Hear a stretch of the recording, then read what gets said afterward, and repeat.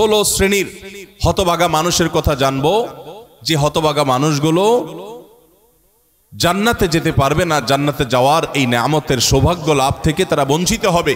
আল্লাহ রাব্বুল আলামিন সেরকম কপাল পড়া মানুষদের কাতারে যেন আমরা শামিল না হই, আমাদের সবাইকে সে তৌফিক দান করুন। ভাইরা আমার, আমরা যে শ্রেণীগুলোর কথা বলবো প্রত্যেকটা শ্রেণীর পাশাপাশি আমরা কোরআন বা হাদিস থেকে উদ্ধৃতি এবং রেফারেন্স ইনশাআল্লাহ টানবো। আপনাদের কাজ হলো, আমাদের সবার কাজ হলো এই 16 প্রকার হতভাগা মানুষের কোনো একটা প্রকার এর মধ্যে আমি নিজে আছি কিনা সেটা মেলানো। যদি দেখি যে আমার মধ্যে এটা আছে, তাহলে মাহফিলের প্যান্ডেলের মধ্যে বসে, প্যান্ডেলের নিচে বসে এই মাহফিলের মাঠে থেকেই আমি নিয়ত করে ফেলবো যে এই বদঅভ্যাসটা, এই খারাপ জিনিসটা আমি ত্যাগ করে ফেলবো। যেই 16টি খারাপ জিনিস, যেই 16টি অপরাধ জান্নাতে যাওয়ার ক্ষেত্রে বাধা, সে বাধাগুলো আমাদের জীবন থেকে আমাদের সরিয়ে ফেলার সংকল্প এখান থেকে করে তারপরে বাড়িতে যেতে হবে। তাহলে আজকে মাহফিলে আসা, বসা, আয়োজন করা সবকিছু সার্থক হবে ইনশাআল্লাহ। সবাই নিয়ত করবো তো ইনশাআল্লাহ। আল্লাহ আমাদের সবাইকে তৌফিক দান করুন। সর্বপ্রথম যে হতভাগা মানুষদের কথা বলতে চাই, যারা জান্নাতে যেতে পারবে না, তারা হলো যারা আল্লাহর প্রতি ঈমান আনে নাই, যারা মুসলমান হয় নাই, যারা ঈমান আনে নাই, আল্লাহর প্রতি যারা বিশ্বাস করে নাই, তারা আল্লাহর তৈরি জান্নাতে যাবে এটা কখনো আশা করা যায়? যদি আল্লাহকে কেউ বিশ্বাসই না করে, আল্লাহর একত্ববাদকে স্বীকারই না করে, শিরকে লিপ্ত হয়, সে মুসলমানই না হয়, তাহলে সে আল্লাহর জান্নাতের প্রত্যাশা কোত্থেকে করতে পারে? একজন মানুষ তিনি মুসলমান না, তিনি অমুসলিম, তার ব্যক্তি জীবনে অনেক ভালো কাজ থাকতে পারে, অনেক ভালো অর্জন থাকতে পারে, কিন্তু তার ভিতরে ঈমান নাই। এই লোকটা আল্লাহর কাছে জান্নাতের আশা কখনো করতে পারে? একজন মানুষ বাংলাদেশে মানুষের জন্য অনেক কাজ করেছেন, বাংলাদেশের উন্নয়নে অনেক ভূমিকা তার ছিল বা আছে, বাংলাদেশে অনেক কল্যাণ কামিতা তিনি চান, তার অনেক ইন্ডাস্ট্রি কারখানা থেকে বহু দেশের উপকার হয়, দেশে মানুষের উপকার হয়, এরকম আরো বহু উপকারিতা তার দ্বারায় হয়, কিন্তু লোকটা বাংলাদেশের অস্তিত্বকে স্বীকার করে না, বাংলাদেশের অস্তিত্বকে স্বীকার করে না, বাংলাদেশের স্বাধীনতা, সার্বভৌমত্ব এগুলো স্বীকার করে না। সে যদি বাংলাদেশকে অস্বীকার করে, বাংলাদেশ রাষ্ট্রের বিরুদ্ধে বিদ্রোহ করে, তাহলে এই ব্যক্তিকে বাংলাদেশ রাষ্ট্র বা রাষ্ট্রের তরফ থেকে রাষ্ট্রীয় কর্তৃপক্ষ কখনো তাকে রাষ্ট্রের কোনো সম্বর্ধনা, রাষ্ট্রের কোনো বিশেষ সম্মাননা ওই ব্যক্তিকে কখনো দিবে? দেওয়ার কথা। যে রাষ্ট্রকেই স্বীকার করে না, রাষ্ট্র তাকে সম্বর্ধনা দেওয়ার কথা? তার হতে পারে অনেক অর্জন আছে, হতে পারে অনেক অবদান আছে, তার একটারও 2 পয়সার কোনো মূল্য থাকবে না যদি সে রাষ্ট্রটাকেই কি করে? অস্বীকার করে। ঠিক একইভাবে যে আমার রবকে মানে না, যার আল্লাহর প্রতি ঈমানই নেই, বিশ্বাসই নেই, তার হাজারটা ভালো কাজ থাকতে পারে, আল্লাহ রাব্বুল আলামিনের কাছে সে কখনো জান্নাত প্রত্যাশা করতে পারে? যে আল্লাহকে স্বীকার করে না, সে আল্লাহর কাছে জান্নাত কিভাবে আশা করে? এজন্য ভাইরা আমার, সহিহ মুসলিমের হাদিসে আসছে, নবী করিম সাল্লাল্লাহু আলাইহি সাল্লাম বলেছেন, লা তাদখুলুল জান্নাতা হাত্তা তুমিনু, তোমরা ততক্ষণ পর্যন্ত জান্নাতে প্রবেশ করবে না যতক্ষণ পর্যন্ত তোমরা ঈমানদার হবে না। অর্থাৎ ঈমানদার না হলে জান্নাতে যাওয়ার কোনো সুযোগ নেই। এই প্রথম শ্রেণীর মানুষ, তারা দুনিয়া থেকে যদি ঈমান ছাড়া যায়, তাহলে সেক্ষেত্রে চিরকাল তারা জান্নাতে নিষিদ্ধ থাকবে, অনন্ত অসীমকাল জাহান্নামে তারা থাকবে, জান্নাতে কখনোই আসতে পারবে না। আর বাকি 15 শ্রেণীর মানুষ যারা আছে, এরা এক সময় তাদের পাপ এবং অপরাধের প্রায়শ্চিত্ত করার পর, এর শাস্তি পাওয়ার পর আল্লাহ তাআলা চাইলে তাদেরকে জান্নাতে দিতে পারেন, এবং তাদের ঈমান যদি থাকে কোনো না কোনো সময় তারা জান্নাতে যাবে, তাদের গুনাহগুলো মাফ হওয়ার পর অথবা শাস্তি হওয়ার পর, যেহেতু তারা ঈমানদার। এটাই হলো আহলুস সুন্নাহ ওয়াল জামাতের বিশ্বাস এবং আকীদা, যে মুরতাকিবে কাবীরা কাবিরা গুনাহ করে দুনিয়া থেকে যদি কেউ জাহান্নামী হয়ে যায়, সে চিরকাল অনন্ত অসীমকাল জাহান্নামে থাকবে না, বরং সেখান থেকে এক সময় সে বের হয়ে আসবে। এটাই আহলে সুন্নাত জামাতের আকীদা। মুতাজিলা সহ কিছু ভ্রান্ত ফিরকার মানুষের বিশ্বাস হলো যে জাহান্নামে একবার যে যাবে সে চিরকাল সেখানে থাকবে। বিভিন্ন আয়াতের অপব্যাখ্যা তারা করে থাকেন। যাই হোক, তাহলে প্রথম শ্রেণীর কথা আমরা জানলাম, যারা জান্নাতে নো এন্ট্রি, তাদের জান্নাতে প্রবেশের সুযোগ থাকবে না, তারা হলো যাদের আল্লাহর প্রতি ঈমান নাই, যারা মুসলমান না, যারা ঈমানদার না, তারা চিরকালের জন্য জান্নাতে নিষিদ্ধ থাকবে। এক নাম্বার 2, দ্বিতীয় যে প্রকারের মানুষ জান্নাতে যেতে পারবে না, বা দ্বিতীয় যে বিষয়টি জান্নাতে যাওয়ার পথে বাধা, সেটি হলো আত্মীয়তার সম্পর্ক ছিন্ন করা। রক্ত সম্পর্কীয় আত্মীয়কে যদি কেউ স্থায়ীভাবে ছিন্ন করে, তাদের সাথে সম্পর্ক যদি একবারে কাট করে ফেলে, বুখারী মুসলিম এক যুগে বর্ণনা করেছেন, নবী করিম সাল্লাল্লাহু আলাইহি ওয়াসাল্লাম বলেছেন, লা ইয়াদখুলুল জান্নাতা কাতি', আত্মীয়তার সম্পর্ক ছিন্ন করে দেয় যে এই ব্যক্তি জান্নাতে প্রবেশ করবে না, সে জান্নাতে প্রবেশ করবে না। অতএব আত্মীয়তার সম্পর্ক যারা ছিন্ন করেছেন তারা তওবা করতে হবে। আপনার ভাই, আপনার বোন, শত বাধা হতে পারে, শত ঝামেলা হতে পারে, শত গন্ডগোল হতে পারে, আপনার চাচা, আপনার ফুফু, আপনার মা বাপ, আপনার সন্তান সন্ততি, আপনার মামা, আপনার খালা, এরা সবাই আপনার রক্ত সম্পর্কীয় আত্মীয়। এদের সাথে আপনি স্থায়ী সম্পর্ক ছিন্ন করবেন, এই সুযোগ কিন্তু ইসলাম আপনাকে রাখে নাই। হ্যাঁ, যদি এমন হয় যে তাদের সাথে সম্পর্ক রাখতে গেলে আপনার জীবন হুমকির মধ্যে পড়ে, আপনি বিপর্যস্ত হন, আপনাকে তারা ক্ষতি করে, তো শুধু ক্ষতি থেকে বাঁচার জন্য আপনি দূরে আসেন, সেটা ভিন্ন বিষয়। কিন্তু সম্পর্ক যদি একেবারে স্থায়ীভাবে ছিন্ন করেন, বিশেষ করে দুনিয়াবি ঠুনকো অজুহাতে, ঠুনকো কারণে, কোনো কারণে মনোমালিন্য হয়েছে, আর চিরকালের জন্য সম্পর্ক ছিন্ন করে দিলেন, তো এটা হারাম। এই লোক যদি নামাজিও হয়, এই লোক যদি ওয়াজ মাহফিলেও আসে, এই লোক যদি জিকির আজকারও করে, এই লোক যদি তাসবিহ তেলাওয়াতও করে, যেহেতু সে আত্মীয়তার সম্পর্ককে ছিন্ন করে ফেলেছে, এই লোক জান্নাতে প্রবেশ করতে পারবে না যতদিন না সে তওবা করে তার পাপ থেকে, অপরাধ থেকে সে ফিরে না আসছে। ভাইরা আমার, তাহলে জান্নাতে যাওয়ার ক্ষেত্রে দ্বিতীয় বড় বাধা হলো এই বিষয়টি, অর্থাৎ আত্মীয়তার সম্পর্ক ছিন্ন করা। আর প্রথম বাধার কথা বলেছি হলো বেঈমানি, কুফরি, আল্লাহর প্রতি অবিশ্বাস এবং শিরক, এগুলো জান্নাতে যাওয়ার ক্ষেত্রে সবচেয়ে বড় বাধা, স্থায়ী বাধা। আর দ্বিতীয়টি হলো আত্মীয়তার সম্পর্ক ছিন্ন করা। নাম্বার 3, চগলখড়ি করা। এই বদভ্যাস আমাদের সমাজে এখন প্রচুর পরিমাণে আছে। অনেক মানুষ আছে দেখবেন মুখে দাঁড়িয়ে আছে, মাথায় টুপিও আছে, হয়তো নামাজ কালামও পড়ে, কিন্তু চগলখড়ির বদভ্যাস আছে, এই চরিত্রটা আছে যে আমার কাছে এসে ওনার বদনামি করবে, ওনার কাছে গিয়ে আমার বদনামি করবে, আমার কাছে এসে আমাকে পামপট্টি দিবে, ওনার কাছে গিয়ে ওনারে পামপট্টি দিবে। এরকম লোক আছে না নাই? ঘরে ঘরে, আল্লাহ মাফ করুন, আমাদের অনেকের মধ্যে এই চরিত্রটা আছে না নাই?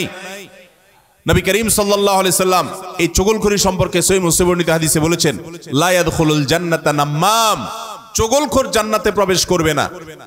জান্নাতে প্রবেশের ক্ষেত্রে আরেকটি বড় বাধা, আরেকটি বড় দেয়াল, আরেকটি বড় প্রাচীর হলো এই চগলখড়ির চরিত্র। ভাইরা আমার, আসুন তওবা করি, চগলখড়ি করব না। কারোর ভালো কিছু পেলে সেটা তার পেছনে অন্যদের কাছে বলবো, আর মন্দ কিছু হলে তার সামনে বলবো। তার সামনে এসে একরকম, তার পেছনে গিয়ে আরেক রকম, সামনে এসে তার প্রশংসা, পেছনে গিয়ে তার দুর্নাম। এই দুশ্চরিত্র অনেক অনেক নেকামলকারী মানুষ, নামাজ কালাম ওয়ালা মানুষ, জিকির আজকার ওয়ালা মানুষ, অনেক ইসলামের কাজ করেওয়ালা মানুষ, দাওয়াতের কাজ করেওয়ালা মানুষ, তাদের মধ্যে এই বদভ্যাস, এই দুশ্চরিত্র, এই খারাপ জিনিস আছে। ভাইরা আমার, আমরা বেশিরভাগ মানুষ চুরি করি না, ডাকাতি করি না, মদ খাই না, মানুষ হত্যা করি না, জেনা করি না, খুন খারাপি করি না, ছিনতাই রাহাজানি করি না। বেশিরভাগ মানুষ এই মাহফিলে আমরা যারা আছি, আমার কথা যারা শুনছেন, বেশিরভাগ মানুষই এই মোটা মোটা বড় বড় অপরাধগুলো আমরা করি না। কিন্তু কিছু কিছু অপরাধ আছে যেগুলো আমরা যে করি, সেগুলো অপরাধ যে আমরা জানিও না, সে বিহিত নাই, সে চিন্তাও নাই, সে ভাবলেশও নাই, এবং সেগুলো যে গুনাহ, সে গুনাহগুলোকে গুনাহ মনে করছি না, শয়তান বুঝতেই দিচ্ছে না। তার মধ্যে একটা হলো এইটা, চগলখড়ি। ঘরে ঘরে, জনে জনে দেখবেন এই বদভ্যাস, যে সামনে একরকম, পিছনে আরেক রকম, নেফাকি এবং কপটতা জনে জনে ভরে গেছে।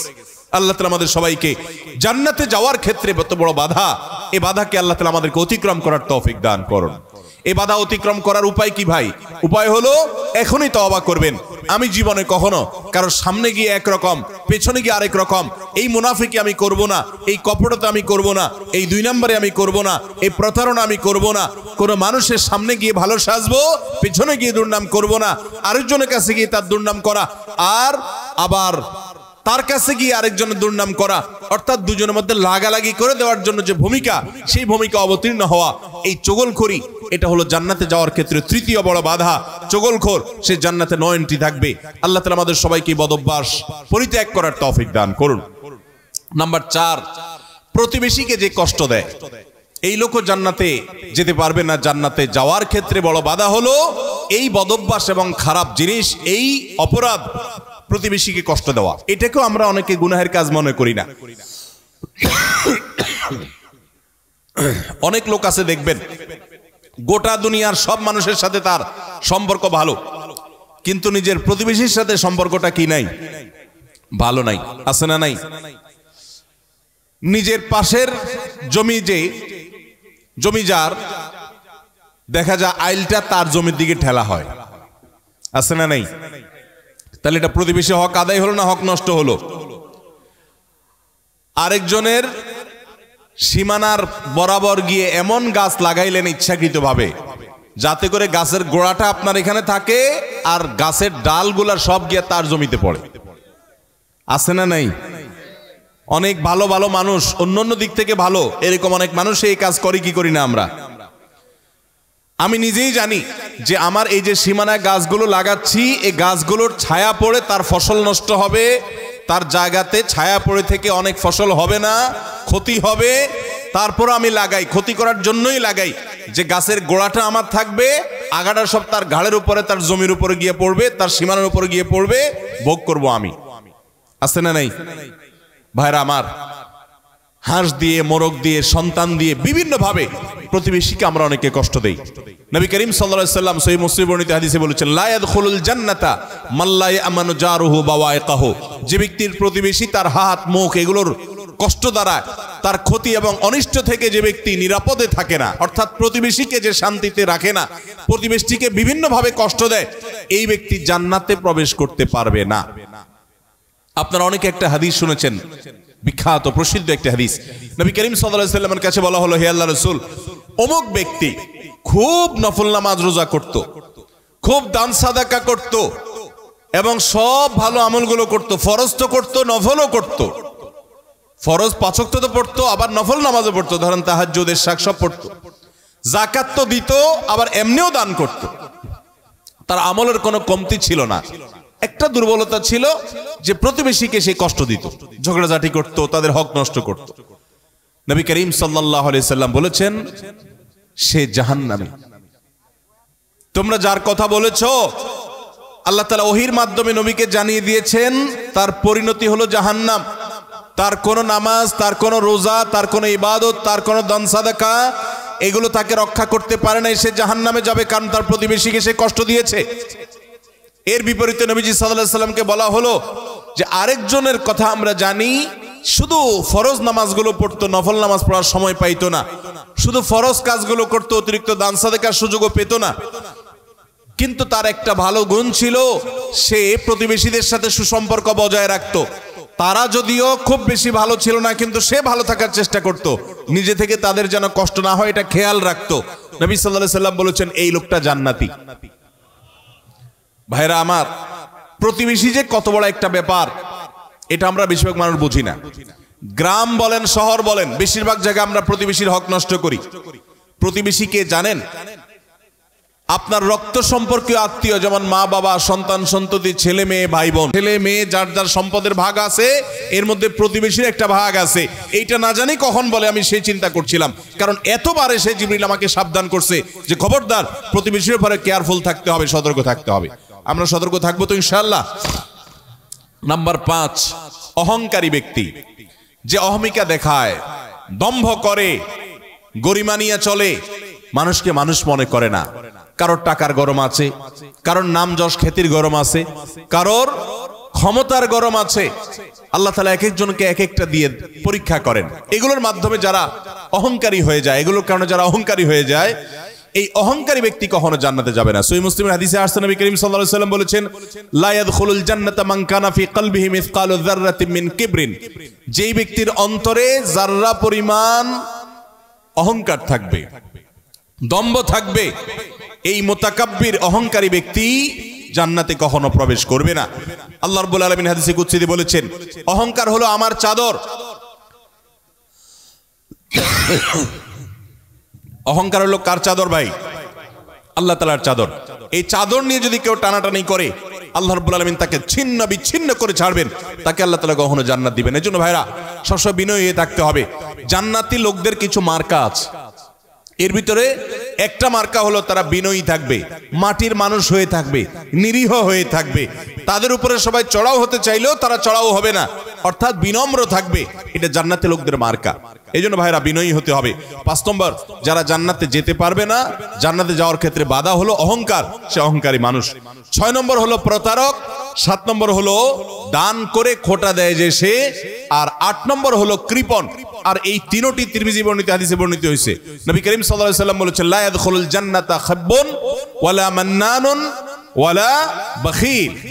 যে ব্যক্তি কাউকে প্রতারণা করে, ধোঁকা দেয়। এখন আমাদের সমাজে মুসলমানদের মধ্যে ধোঁকা দেনওয়ালা মানুষের সংখ্যা কি কম না বেশি? দোকানদার বলেন, ব্যবসায়ী বলেন, চাকরিজীবী বলেন, যার কথাই বলেন, এমনকি নেতারা বলেন, জনগণকে ধোঁকা দেয়। ঠিক না ভাই? ঠিক। সবাই যার যার জায়গা থেকে কে কাকে ল্যাং মারবে, কে কাকে ধোঁকা দিবে, এটাই হলো আমাদের কাজ এখন। অথচ ধোঁকাবাজ, প্রতারক, চিটার, বাটপার, এই লোকগুলো কখনো জান্নাতে যেতে পারবে। নবী করিম সাল্লাল্লাহু আলাইহি ওয়াসাল্লাম এই হাদিস বলছে যে প্রতারক জান্নাতে যাবে না। দ্বিতীয়ত, মান্নান, অর্থাৎ দান করে যে খোটা দেয়, এই লোকও জান্নাতে যেতে পারবে না। দান করে খোটা দেওয়ার বদভ্যাস আছে না নাই আমাদের অনেকের? দান করেছেন আল্লাহকে খুশি করার জন্য, যদি আপনি খোটা দেন তাহলে আপনার দান বরবাদ হয়ে যায়, ওটা নষ্ট হয়ে যায়। আল্লাহ বলেছেন, লা তুবতিলু সাদাকাতিকুম বিল মান্নি ওয়াল আযা। তোমরা দান করার পর খোটা দিয়া, কষ্ট দিয়া, যাকে দান করছো তাকে কষ্ট হয় এরকম কথা বলে ওই দানকে বরবাদ করে দিও না। আমরা অনেকে এই কাজ করি। দান করেছেন, ওই ব্যক্তির কাছ থেকে থ্যাঙ্কসের আশাও করবেন না। থ্যাঙ্কস মানে কৃতজ্ঞতা সে আদায় করবে, শুকরিয়া দিবে, সে আপনার স্বীকৃতি দিবে, এই আশাটাও আপনি করতে যাবেন না।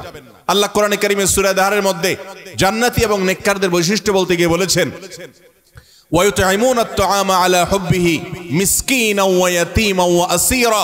জান্নাতি মানুষগুলো, আবরার এবং নেককাররা হলো তারা আল্লাহর মহব্বতে মিসকিনকে, বন্দীকে, অন্যান্য অভাবী মানুষদেরকে তারা খাদ্য দেয় এবং বলে, ইন্নামা নুতঈমুকুম লিওয়াজহিল্লাহ লা নুরিদু মিনকুম জাযাআও ওয়ালা শুকুরা। তারা বলে, আমরা আল্লাহর জন্য তোমাদেরকে খাদ্য দিচ্ছি, তোমাদের কাছ থেকে এর কোনো ফিডব্যাক, বিনিময় তো চাই না, এমনকি শুকরিয়া, তোমরা যে আমাদেরকে থ্যাঙ্কস বলবা সেটা পর্যন্ত আমরা আশা করি না, দরকার নেই। আল্লাহর কাছে এইভাবে সওয়াবের আশা করা, বান্দার কাছে খোটা না দেওয়া। 7 নম্বর। 8 নম্বর হলো কৃপণতা। এটা জাহান্নামের যাওয়ার অন্যতম বড় মাধ্যম এবং জান্নাতে যাওয়ার ক্ষেত্রে বাধা হলো কৃপণতা। নবী করিম সাল্লাল্লাহু আলাইহি ওয়াসাল্লাম কৃপণ ছিলেন না, তার অনেক সম্পদ ছিল না, কিন্তু যা ছিল সেটা অকাতরে তিনি দান করতেন। তার যে দানশীলতা, আম্মা জান আয়েশা রাদিয়াল্লাহু তাআলা বলতেন যে তিনি দানশীলতা তার, বিশেষ করে রমজান এলে এমন বেড়ে যেত যে মুক্ত বাতাসের মতো, যে চাইতো তাকেও দিত, যে চাইতো না তাকেও দিত, সর্বত্র তার দান ছড়িয়ে যেত। এবং দান করতে করতে সব শেষ করে অনেক সময় বাসায় যেতেন, তার নিজের জন্য কিছুই রাখতেন না। এইভাবে তিনি দানশীল ছিলেন। তো নবী সাল্লাল্লাহু আলাইহি ওয়াসাল্লাম কৃপণতা থেকে পানা চেয়েছেন। আমরা অনেকেই কিন্তু কৃপণ, আল্লাহ অনেক সম্পদ দিয়েছে কিন্তু খরচ আমরা করতে চাই না। নবীজি পানা চাইছেন, আল্লাহুম্মা ইন্নী আউযু বিকা মিনাল বুখলি ওয়াল জুবন। আল্লাহ আপনার কাছে কৃপণতা থেকে পানা চাই। ভাইরা আমার, তাহলে জান্নাতে যাওয়ার ক্ষেত্রে 8 নম্বর বাধা হলো কৃপণতা। কৃপণ, সে জান্নাতে এন্ট্রান্সের সুযোগ পাবে না। 9 নম্বর, ঘুষ দাতা এবং ঘুষ গ্রহীতা। যে ঘুষ দেয় সে যদি একান্ত নিরুপায় হয়ে দেয়, এমন কাজ যে কাজ না হলে তার জীবন বাঁচে না, অনেক জটিল প্রয়োজন, এরকম প্রয়োজনে সে যদি ঘুষ দিতে বাধ্য হয়, ঘুষ দেওয়া ছাড়া তার কোনো উপায় না থাকে, তাহলে ওই ব্যক্তিকে মাজুর হিসেবে আল্লাহ তাআলা মাফ করবেন আশা করা যায়। কিন্তু সচরাচর আমরা দেখা যায় আজকাল যেসব ক্ষেত্রে ঘুষ দিয়ে সুবিধা নেই, ওটা না নিলে আমি যে মরে যাব এরকম না, আমি ইচ্ছা করলে হারামটা নাও করতে পারি। আবার অনেক ক্ষেত্রে আমার বৈধ জিনিসটাকেই আমি অবৈধভাবে পাওয়ার জন্য আমি ঘুষ দিচ্ছি। তো এই যে ঘুষ দাতা, ঘুষ গ্রহীতা তো সর্বাবস্থায় অপরাধী, ঘুষ দাতাও সে অপরাধী হবে এইভাবে যদি সে ঘুষ দেয়। আপনি একটা জায়গায় কাজে যাবেন সিরিয়াল দিয়া, সবাই সিরিয়ালে দাঁড়াইছে, আপনিও সিরিয়ালে দাঁড়াবেন, এটাই হলো নিয়ম। সবাই সিরিয়ালে দাঁড়াইছে, আপনি সিরিয়ালে দাঁড়াইতে চাচ্ছেন না, সেজন্য কি করলেন? ঘুষ দিলেন। ঘুষ দিয়া সবার আগে কাজটা করে নিয়ে আসলেন। এই যে ঘুষ দিল, এই ঘুষ দেওয়াটা সে এটা কি সে বাধ্য হয়ে দিয়েছে? বরং এখানে যে ঘুষ খাইছে তাকে সে বাধ্য করছে। আমাদের দেশে আমরা সরাসরি শুধু ঘুষখোরদের দোষ দেই। ঘুষখোরদের তো দোষ আছেই শতভাগ, কিন্তু অনেক সময় ঘুষ যারা দেয় তাদেরও দোষ কম নাই। অনেক অফিসার আছে ঘুষ না খাইলে ক্লায়েন্টরা বরং পেরেশান হয়ে যায় যে এই স্যার, নতুন স্যার ঘুষ খায় না, তাহলে তো পেরেশানের ব্যাপার, কিভাবে 2 নম্বর এটা আদায় হবে। অতএব ভাইরা আমার, ঘুষ দাতা এবং গ্রহীতা, তাবরানী হাদিসে আসছে নবী করিম সাল্লাল্লাহু আলাইহি ওয়াসাল্লাম বলেছেন, আর রাশি ওয়াল মুরতাশি ফিন্নার, ঘুষ দাতা ঘুষ গ্রহীতা উভয় জাহান্নামে যাবে। অতএব ঘুষ দিতেও খুব সাবধান, আর যারা ঘুষ খাচ্ছে তাদের কথা তো বলাই বাহুল্য। তাহলে জান্নাতে যাওয়ার ক্ষেত্রে ঘুষ দেওয়া নেওয়া এটা একটা বড় বাধা। আর জান্নাতি হতে পারবে না, জান্নাতে নো এন্ট্রেন্স থাকবে ওই সমস্ত লোকদের যারা এটা করে। নাম্বার 10, মাতা পিতার অবাধ্য। নাম্বার 11, নেশাগ্রস্ত, নেশায় আসক্ত। এই সম্পর্কে নাসাই বর্ণিত হাদিসে আসছে নবী করিম সাল্লাল্লাহু আলাইহি ওয়াসাল্লাম বলেছেন, লা ইয়াদখুলুল জান্নাতা আকুন ওয়ালা মান্নান ওয়ালা মুদমিনু খামরিন। জান্নাতে যেতে পারবে না মা বাবার নাফরমান, মা বাবার অবাধ্য, মা বাবার সাথে বেয়াদবি করে, মা বাবার যৌক্তিক নির্দেশগুলোকে লঙ্ঘন করে। অনেক মানুষ আছে দেখবেন নামাজ কালাম পড়ে, কপালে সিজদা পড়ে গেছে, অন্য অনেক ভালো কাজ করে, কিন্তু মা বাবার প্রতি তিনি অনুগত নন, তাদের সাথে নাফরমানি করে। এই সন্তান কখনো জান্নাতে যেতে পারবে না যাবত না আল্লাহ তাআলা তাকে মাফ না করেন, অথবা তার এই পাপের প্রায়শ্চিত্ত সে না করে। অর্থাৎ এটা জান্নাতে যাওয়ার ক্ষেত্রে বাধা, মাতা পিতার নাফরমান। আর 11 নম্বর হলো মাদকে আসক্ত, যেটা এই একই হাদিসে নাসাই বর্ণিত হাদিসে আছে। মাদক আসক্ত অর্থাৎ মাদক সেবন করতে করতে এটা দেশে অভ্যস্ত হয়ে পড়েছে, এটা স্থায়ী রোগে পরিণত হয়েছে, এই লোকটাও জান্নাতে যেতে পারবে না। 12 নম্বর হলো ওই লোক যার শরীর হারাম দ্বারা গঠিত হয়েছে, যার গোশত, মাংস, রক্ত হারাম খেয়ে, হারাম উপার্জন করে করে এগুলো গঠিত হয়েছে। সেটা সুদের টাকায় হোক, সেটা ঘুষের টাকায় হোক, সেটা চুরির টাকায় হোক, সেটা দুর্নীতির টাকায় হোক, সেটা যেভাবেই হোক না কেন। এই সম্পর্কে মুসনাদ আহমদের হাদিস আছে, নবী করিম সাল্লাল্লাহু আলাইহি ওয়াসাল্লাম বলেছেন, লা ইয়াদখুলুল জান্নাতা জাসাদুন নাবাতা বিসসুহত। যে শরীর হারাম দ্বারা বৃদ্ধি হয়েছে, হারাম দ্বারা গঠিত হয়েছে, সে শরীর জান্নাতে প্রবেশ করবে না। এটা হলো 12 নম্বর। 13 নম্বর হলো অহংকারী ব্যক্তি, যে শুধু অহংকার করে তা নয়, অহংকারের পাশাপাশি আরেকটা বদ অভ্যাস আছে, আরেকটা রোগ আছে, যে রীতিমতো কাউকে পাত্তা দেয় না এবং গোয়ার কিসিমের হয়, গোয়ার কিসিমের হয়, খুব তেড়া কিসিমের হয়, শক্ত মেজাজি হয়, কোনোভাবেই সে নরম হতে চায় না। এই অতুল এবং জাওয়াজ, আবু দাউদ শরীফের হাদিসের বর্ণনা মতে এই টাইপের মানুষও জান্নাতে যেতে পারবে না, যারা অনেক বেশি এরকম গোয়ার হয় এবং রূঢ় স্বভাবের হয়। স্বভাবটাই হলো রূঢ়, স্বভাবটাই হলো রুষ্ট, সে সবসময় মানুষের সাথে এরকম কঠোর স্বভাবের হয়, তার মনটাই হলো পাথরের মতো। এই মানুষগুলো জান্নাতে যেতে পারবে না, এবং আবু দাউদের হাদিস সেটি বলছে। আর 14 নম্বর হলো গণক, যে ভবিষ্যতে কি হবে না হবে মানুষের সমস্ত গণনা করে বিভিন্ন খবর বলে দেয়। অনেক সময় এগুলো সত্য হয়, এবং কুফরি কালাম করে, শয়তানের আশ্রয় নিয়ে, ব্ল্যাক ম্যাজিকের মাধ্যমে, জাদুবিদ্যার মাধ্যমে বিভিন্ন ভাবে এরকম অনেক কিছু বলতে পারে তারা, এবং সেগুলো খেটেও যেতে পারে, অস্বাভাবিক নয়। কিন্তু এই যে অসৎ উপায়ে কুফরি কালামের মাধ্যমে, জাদুর মাধ্যমে, শয়তানের আশ্রয় নিয়ে ভবিষ্যৎ সম্পর্কে বলে দেয়, এই রকম গণক যারা, এরাও জান্নাতে যেতে পারবে না। এমনকি তাদের কাছে যারা যায়, যারা তাদের কথা বিশ্বাস করে, আস্থা রাখে, এদের ইবাদত পর্যন্ত একটা মেয়াদ পর্যন্ত কবুল হবে না, হাদিসে বলা হয়েছে। তাহলে 14 প্রকার হলো এই গণক। আর 15 নম্বর হলো জাদুকর, যারা ব্ল্যাক ম্যাজিক করে মানুষকে। আজকাল এই ব্ল্যাক ম্যাজিক ভাই ঘরে ঘরে হয়ে গেছে, ঘরে ঘরে দুষ্ট জিনকে দিয়ে, শয়তানের আশ্রয় নিয়ে ব্ল্যাক ম্যাজিশিয়ানরা ব্ল্যাক ম্যাজিক করে, দেখবেন যে বিভিন্ন পোস্টারে লেখা কামরূপ কামাখ্যা থেকে প্রশিক্ষণ প্রাপ্ত, আছে না নাই? ফেসবুকে দেখবেন বিভিন্ন কমেন্টে এরকম পোস্টার পোস্ট করে অনেক লোক। আবার অনেক সময় দেখবেন বিভিন্ন জায়গায় এগুলো আছে। ঘরে ঘরে দেখবেন এমন অনেক রোগী আছে যেই রোগীদের কোনো ট্রিটমেন্ট ডক্টররা করতে পারছেন না। দেশ বিদেশ ঘুরে, বহু হাসপাতাল ঘুরে, বহু ট্রিটমেন্ট নিয়েও কোনো চিকিৎসা করাতে পারছেন না, কোনো ট্রিটমেন্ট হচ্ছে না, সুস্থ হচ্ছে না। এগুলোর একটা অংশ, আমি সবগুলো বলছি না, একটা বড় অংশ ব্ল্যাক ম্যাজিকের রোগী আস্তে আস্তে শেষ হয়ে যাচ্ছে। বিভিন্ন বর্ণনা আছে সম্পর্কে।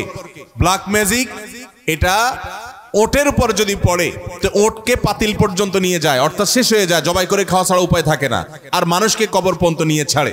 অন্য আরেক হাদিসে আছে যে এই যে মানুষের হিংসাত্মক দৃষ্টি, কুদৃষ্টি, বদনজর, এটা ভাগ্যকে পর্যন্ত আল্লাহর ফয়সালাতেই পরিবর্তন পর্যন্ত করে দেয়। এরকম ভয়াবহ একটা বিষয়।